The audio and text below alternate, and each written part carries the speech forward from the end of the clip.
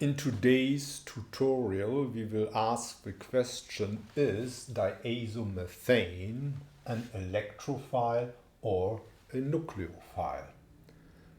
First, let's have a look at the structure of diazomethane. Diazomethane has a linear geometry and it is a dipole.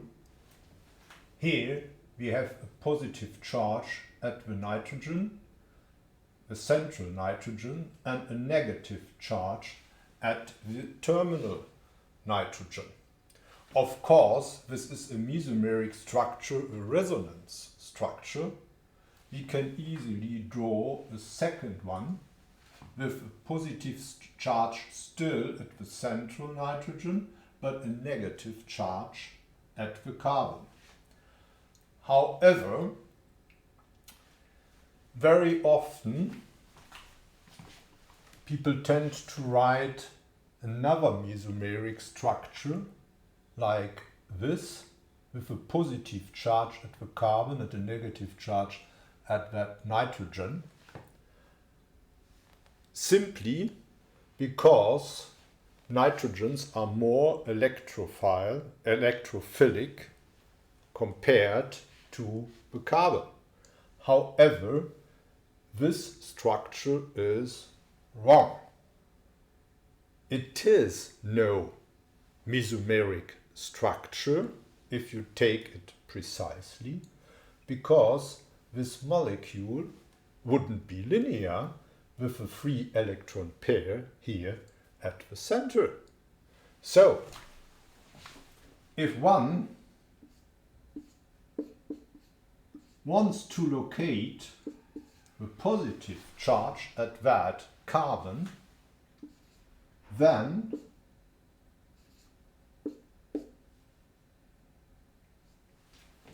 you don't have the linear geometry anymore.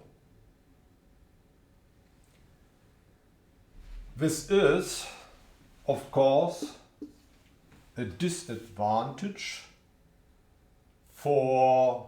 in terms of kinetics of a reaction, and therefore the electrophilic character here, this is one reason why the electrophilic character of that carbon is disfavored and the nucleophilic character is favored. There are even more reasons. So here we have a free electron pair and other free electron pairs in close proximity.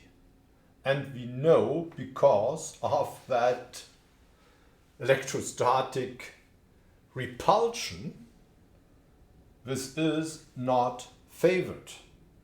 Please remember hydrazine or hydrogen peroxide. Both molecules have a very weak central bond because of the repulsion of the free electron pairs. A third reason why this structure is not favored: the positive and the negative charge are more far away from each other compared to the other structures. And this means it is also energetically uphill. Overall, we can say we have an equilibrium between this and that, but the equilibrium is far on this side of those two mesomeric structures, and well, wipe out this one. It's simply wrong. This means we would predict that we have a nucleophilic character at that carbon, and indeed this is the case if we analyze three reactions with diazomethane. The first one is the reaction with cyclohexanone. Diazomethane, as I said, reacts as a nucleophile.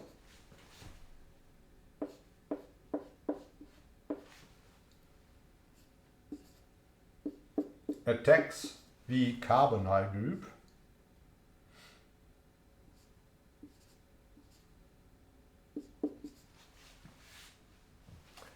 And now a ring enlargement can take place as an intramolecular nucleophilic substitution. Elemental nitrogen is eliminated, and this 7-membered ring ketone is the result. This type of reaction is known under the name Tiffenot rearrangement.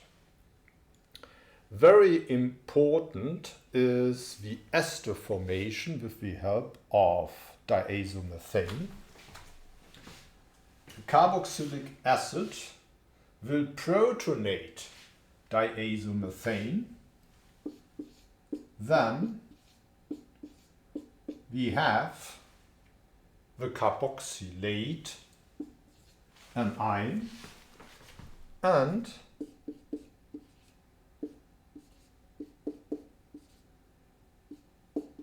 this cation, nucleophilic substitution SN2 process will then give the methyl ester.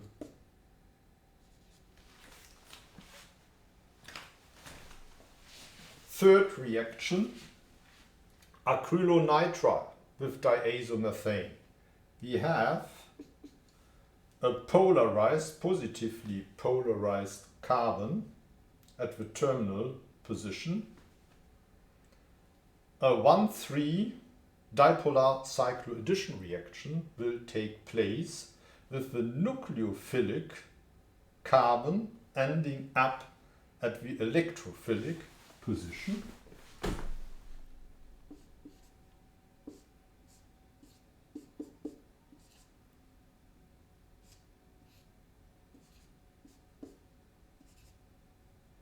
Five-membered ring is formed, and now both under somewhat acidic but also under basic conditions a tautomerization will occur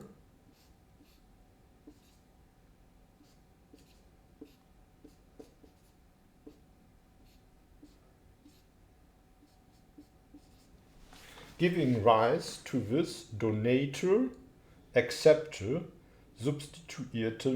substituted olefin. Thanks for listening.